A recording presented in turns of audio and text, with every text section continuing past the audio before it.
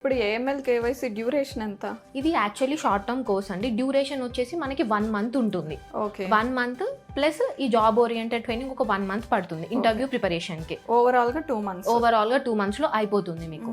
So ఇది short term course అన్నమాట. అయితే చాలా మందికి జాబ్ చేయడానికి గ్యాప్ వచ్చి ఉంటుంది, వాళ్ళు కూడా కెరియర్ ఆపర్చునిటీస్ కోసం చూస్తారు. అలాంటి వాళ్ళకి ఆప్షన్ ఉంటుందా?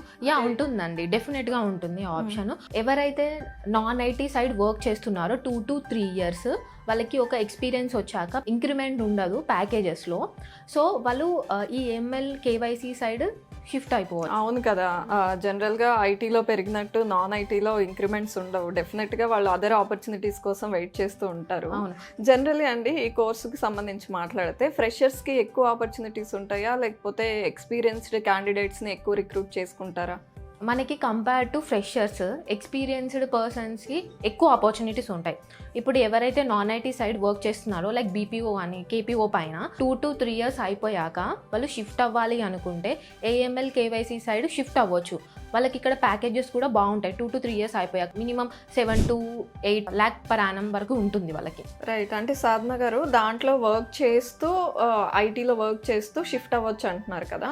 ఐటీ చేసే వాళ్ళు కూడా షిఫ్ట్ అవ్వచ్చు, నాన్ ఐటీ చేసే వాళ్ళు కూడా షిఫ్ట్ అవ్వచ్చు కదా.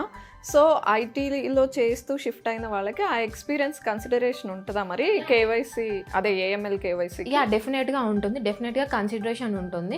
ఎవరైతే మాకు ఐటీ కొంచెం ప్రెజర్ అనిపిస్తుంది, లేకపోతే కొంచెం సింపుల్గా చూస్ చేసుకోవాలి అనుకుంటే ఏఎంఎల్ కేవైసీ సైడ్ షిఫ్ట్ అవ్వచ్చు వాళ్ళు కూడా. ఓకే. ప్యాకేజెస్ కూడా ఇప్పుడు ఐటీ కంటే ఏం తక్కువ లేవండి, బాగున్నాయి ఇందులో కూడా. ఓకే. మనకి మార్కెట్ ప్రాస్పెక్ట్స్ చూసుకున్నట్టయితే అప్కమింగ్ 5 yearsలో 3,75,000 ప్లస్ జాబ్స్ అనేవి జనరేట్ అవుతున్నాయి. అంటే పర్ ఇయర్కి చూసుకున్నట్టయితే మనకి 70,000+ జాబ్స్ అనేవి జనరేట్ అవుతున్నాయి. సో దీనికి హ్యూజ్ డిమాండ్ కూడా ఉంటుంది. సో మనకి దీనికి డిమాండ్ ఎందుకు ఉంది అని అంటే, నేను చెప్పాను కదా మనం థర్డ్ పార్టీ కంపెనీస్ ద్వారా రన్ చేస్తారు అని. సో అక్కడ ఇప్పుడు మనకి యూఎస్, యూకే, కెనడాలో పే చేయాలంటే వాళ్ళకి ఎక్కువ పేమెంట్ చేయాల్సి ఉంటుంది. అదే ఇండియాలో అయితే 6 to 8 lakh per annumతో అయిపోతుంది. సో అందుకే ఇక్కడ ఫ్యూచర్లో ఎక్కువ జాబ్స్ జనరేట్ అయ్యే ఛాన్స్ ఉంది ఇండియాలో. ఓకే. సో డిమాండ్ దానివల్ల క్రియేట్ అయింది. యా డిమాండ్ ఉంది దీనికి ఇప్పుడు. ఓకే. అప్కమింగ్లో కూడా చాలా డిమాండ్ ఉంటుంది, ఎందుకంటే చెప్పా కదా బిజినెస్ మనకి యూఎస్, యూకే, కెనడా నుంచి వస్తుంది.